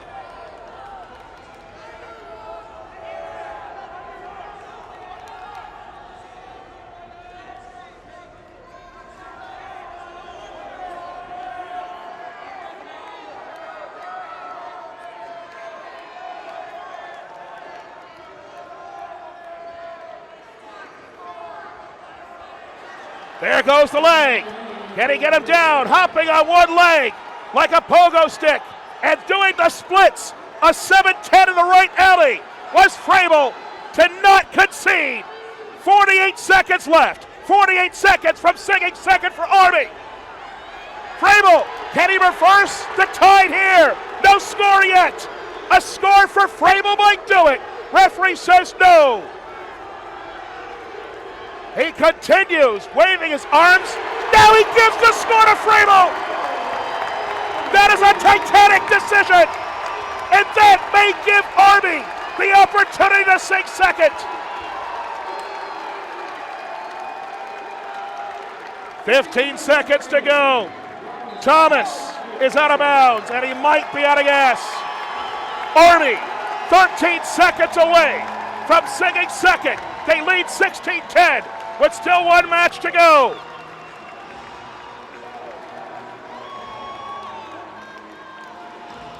The battleship has one more torpedo left. It better have something heavy in it.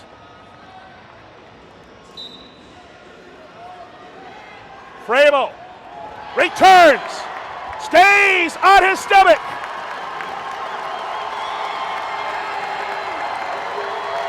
Army beats Navy.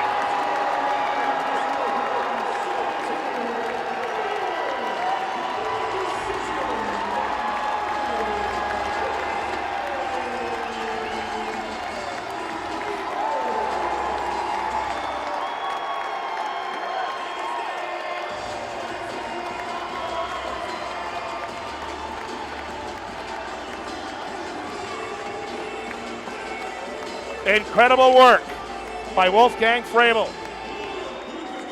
Unless the Army bench misbehaves, the star is theirs. 2:85 to finish, coming up next here on FloWrestling.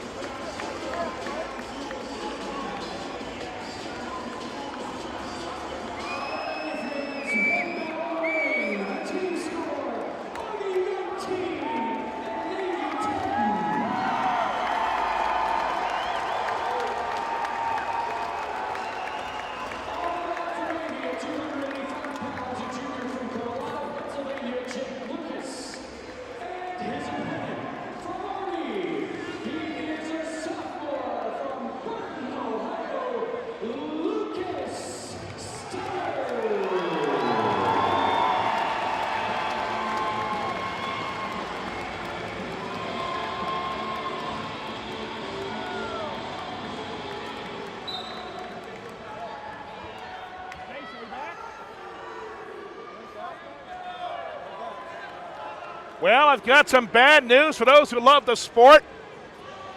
Kerry Colott has called off the dogs. That is not Ben Faribaugh for Navy. It is Jacob Lucas, whose only appearance this season for the team was a forfeit victory. His career record is 27-16. Wrestling for Army because he can. He is ranked 17th in one poll, 18th in the next. Lucas Stoddard, 11-4 this season, 4-1 in duels, 2-1 in the EIWA. 1 fall, 1 tech, 2 majors. And right now this feels strange because we aren't going down to the final minute like we've had the last couple. Last year, many people for Navy thought that the refs missed a pin that would have given them the star. 2 years ago, a video review gave Navy a last-minute win here.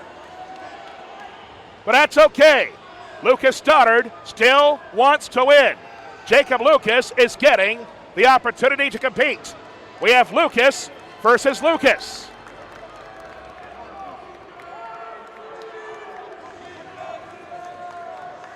Lucas Stoddard.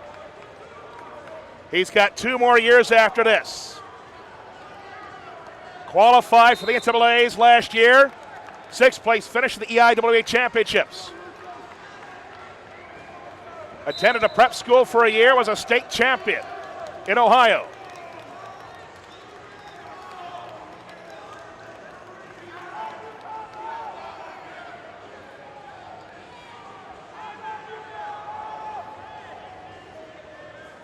Jacob Lucas has 1 more year at Annapolis.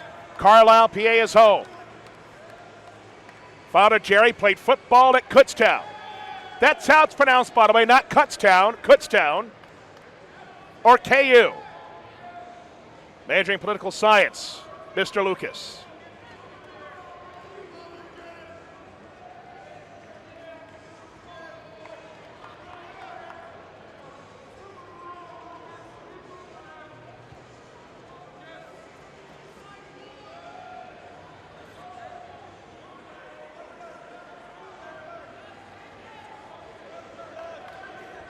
.30 seconds left of the opening period. Points in the opening period today have been at a premium, just the nature of Army-Navy. This is how you fight. This is how you win. You have saint-like patience to take care of the enemy.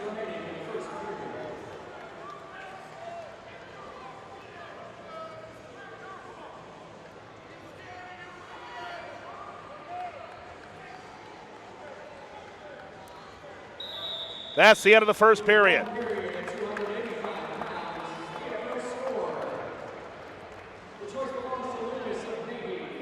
Ticket sales continue for the 121st EIWA Championships. Lehigh will host them March 7th and 8th.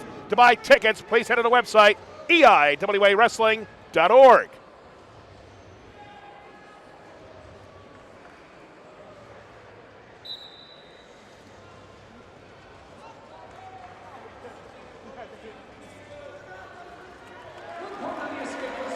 Zach Hoover, one of the men in charge of our productions here at West Point, has just tested the other headset.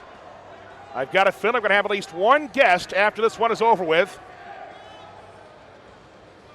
It might be Kevin Ward, who's had a very, very busy 24 hours. Again, if you missed it earlier, it came out yesterday. An endowment, which has the name of the coaching position now for the wrestling team at West Point, class of 1972. That explains the ceremony at halftime. Meanwhile, Stoddard in front 1-0. Lucas looking for an opening. Stoddard says, come here. Send him low. Send him home in tears. Come on. And the referee telling both men to get on it right now. When he has both fists in the air, that's not a good thing. Stoddard looking at the front row, trying to will Lucas down with his upper body. The guys walking by there in the shot, they're getting ready for the celebration. Army will improve on the season in dual meets to 7-3, 4-2 in the EIWA. Get us to their first home meet of the season today. They'll have Binghamton next Sunday. Navy, their 4 dual meet streak of winning will come to an end. They'll drop to 5-4 overall, 4-1 of the EIWA. Not short on effort today. Army just had a couple of extra moves at the end of matches today that made a difference. But I think the big one set the tone early as Charles Farmer jumped in front of the parade line and said, I've got the biggest tuba on the planet. And that's how he scored a major decision on Nick Treese to put Army in front 4-0 out of the gate. After 2, Stoddard leads Lucas 1-0. Navy, this is their final EIWA meet on the schedule. Delos Bloomsburg on Thursday. Bloomsburg might be an NCAA Division II member, but I would not take them lightly. And, well, it looks like we've got a bit of an equipment issue. It's not Stoddard, it's Lucas. Yep, headgear's important, so is ear health. As Lucas Stoddard takes a bit of a swig, so does the aforementioned Jacob Lucas. Farmer at 125 defeated Treaster 14-2 to put Army in front 4-0. Bergen beat Ferretti at 133, 5-0. That put Army in front 7-0. Coderhat at 141 beat Trainer 16-4. That made it 7-4 Army. Navy was back in it. McDaniel beat Smith at 149, 10-4. Up Army 7-2 to put Army in front 10-4. Lay beat Morris at 157, 7-2. That made it 10-7. Navy in striking distance again. Gunnar Philippus at 165. Got a 2-0 decision over Elmore, Dylan Elmore. That made it 13-7 for the meet in favor of Army. Danny Wask, 7-4 over Dalton Harkins at 174. That got Navy close again at 13-10. Then, it wasn't pretty, but Jacob Giffoldi squeaked out a 2-0 decision on Daniel Williams, put Army in front 16-10 at 184. And then at 197, Wolfgang Frabel timely takedowns today over Peyton Thomas. Score was 7-2. That's why we're at 19-10.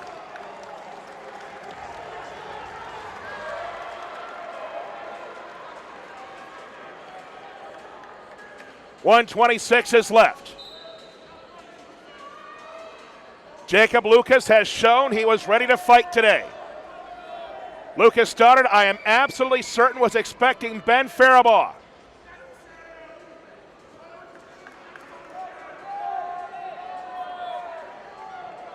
He was expecting a Whopper and got a quarter pounder instead, but that's okay. It still tastes great. It's still a match to win for Stoddard. Lucas fighting hard. Final minute left here at Crystal Arena. Army will take the lead in the Star Series presented by USAA 11-8. And the reason why this was an important star is because Navy has been so good at cross country and track and field, indoor and outdoor. And wait a minute. Nope. Lucas had his hands in the face, and the referee says, I'm sorry, but Stoddard's face is not a bowling ball. The fingers don't go into the eyes or up the nose. So the Star Series will be 11-8 for now. With Navy's history of success on the track, this was big for Army today. The lacrosse games are a potluck. Baseball is an ultimate potluck.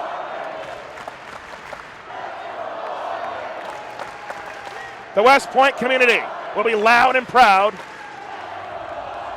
It'll be Navy blue and gold sung first, followed by the West Point alma mater. 8 seconds left.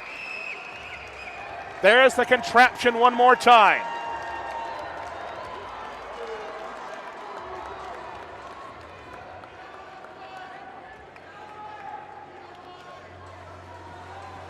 They're bringing in the backup headgear. I just hope it's been washed.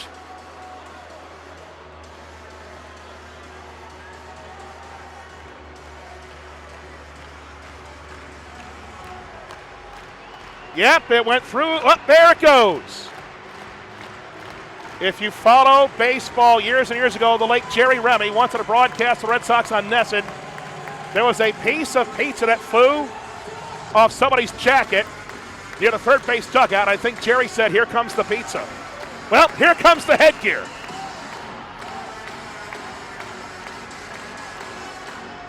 Lucas still has time to see if he can spoil the party with a quick takedown to get a decision.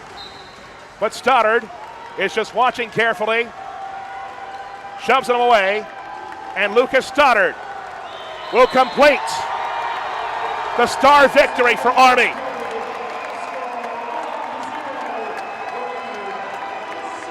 Stoddard wins 1-0.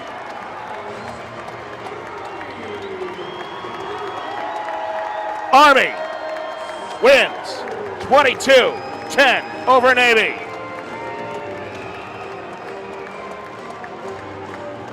The Navy, blue and gold.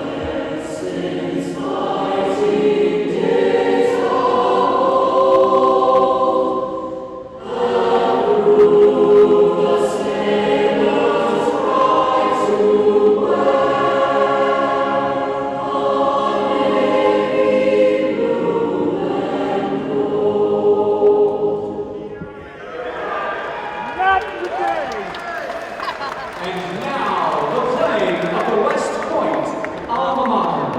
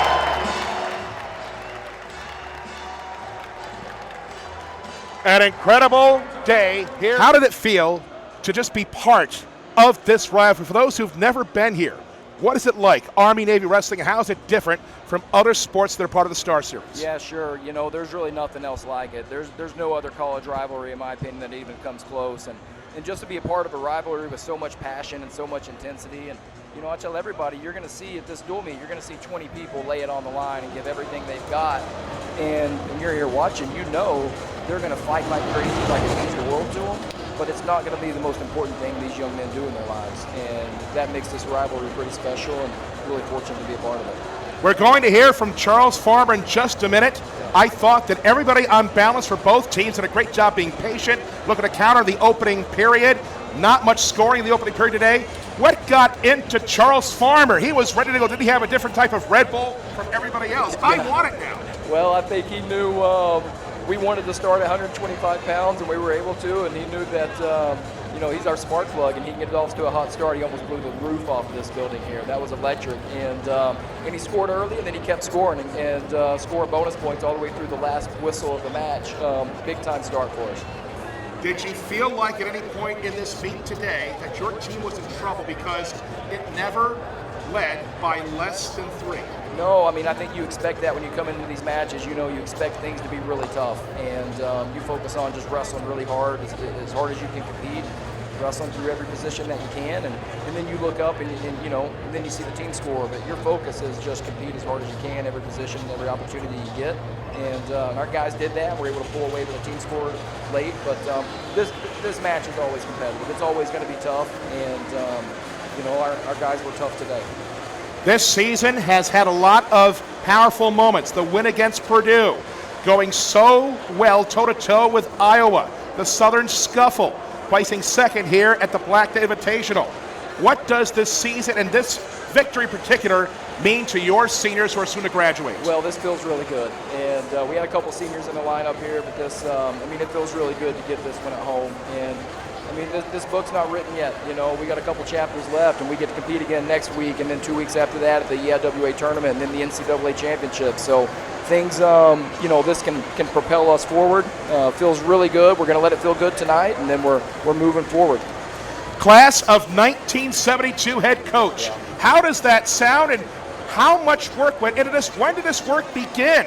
Well, that's got a nice ring to it, huh? I tell you what, that class, they're a testament to, when you're grateful for opportunities that you have, and you're fortunate enough to be able to give back to others and help them have opportunities like you did. We just can't say enough about that class. And it was all of them. We had 9 wrestlers from the class of 72 here today. That's 50-something years ago. This program changed their lives 50 years ago, and 50 years later, they're still giving back to this program to help change the lives of our current wrestlers and everybody that comes behind them. So, it means a whole heck of a lot. They're leading the way, and we couldn't appreciate them anymore. The sport has changed in a half century, but the desire to compete and win and beat Navy has not, Coach. Congratulations on a huge win today. Best of luck in the postseason. Yeah, thanks so much. Go on. That is Kevin Ward joining us, head coach for Army. And we're going to have the star of the show. I promise I'll be nice because you have had such a huge last few days. Let me just do something cosmetic. It's not a candy, so yes, I think we're all out of chocolate now after this week. This young man, his name is Charles Farmer, and he was not very patient today. He was earnest. More than Ernest P. Worrell, he was just darn earnest. Please take us through the first minute of this meet. You look like you were ready to carry out a secret mission that would have trumped anything that a West Point football player would have done. What got into you in the first minute, sir? So before I walked out on the mat, as I was walking out on the mat, I was obviously pretty nervous, had some nerves, but then... You were nervous? Oh, yeah, I'm always nervous, sir. But Coach Ward always talks about how it's a good thing. And I was just ready to go. I saw all my teammates behind the guy I was about to wrestle, and I'm like, you know what, I got this. We'll light it up right off the bat, and I took care of business. Okay, take us to the rest of your bout as you built up that lead immediately in the first period. Did it ever enter your mind that maybe a young man named Nick Treese, who, by the way, his Navy jeans are glowing. This is neon navy blue that he's got. Did it ever go in your mind that something might happen? How did you remain confident during the last 4 minutes of the match? What we always talk about chopping wood, keep chopping wood. It's not usually the first, not the first swing that knocks a tree down, right? So I just kept pouring it on him. He's tough. Props to him. They got a tough team, so I just went out there and I'm like, okay, just keep chopping wood. If one attack doesn't work, go to the next, and it worked out in my favor. Your team lost the last couple of dual meets ahead of this one. Can you take us inside what it's been like the last couple of weeks, trying to just dump all that negative energy and focusing on simply beating Navy? So that's kind of, yeah. So we lose 2 duels, yeah, we did. But we have a positive mindset, and this is a big duel, so we had to go out there and perform. We had 2 that didn't go our way, but that doesn't mean this one can't. So we try to remain as positive as possible, and we just get better every day, and God willing, we'll get the job done. You beat Purdue this season. You won the Southern Scuffle. You finished second at the Black Day Invitational. Are you guys now expecting to win every dual meet in which you participate? Yes, sir. We go into every dual meet thinking we're going to win. We don't. Why would you go out there if you don't think you're going to win? We're out here to put bonus points for as many points as possible, and I run with a bunch of killers, man. These guys are awesome. I love my teammates, and I wouldn't want to go to war with anybody else. So, yeah. You're about to finish your junior year. Yes, sir. Do you have a leadership detail coming, or is there something else happening with you this summer? I have CTLT, so I got to go shadow a lieutenant. hopefully I get to go see, shout out Lane Peters, trying to go out to see him, Fort Moore. Please, Miss Summers, put me in Lane Peters. And then I have CLDT, so I'll be in the field. It's basically just a big exercise, and I get to learn how to be in the field, more fun. I love it. You're not going to get much downtime this summer, are you? No, sir, I don't mind, though. I like being busy, so. They very rarely get any time off here during the 47-month journey. Charles, thanks for joining us. Congratulations on the victory, sir. Yes, thank you. That's Charles Farmer joining us, the only guy that got bonus points today. Army defeats Navy 22-10, takes the Star, now leads in the Star Series for them by USAA 11-8. They tell me that I have to go home. I better go home. I've got a long drive ahead of me. We thank you for watching. For Zach Hoover, for Michael Tornillo, and our entire Flow Wrestling crew, I'm Nikolai Busko. Go Army, go Navy, beat everybody.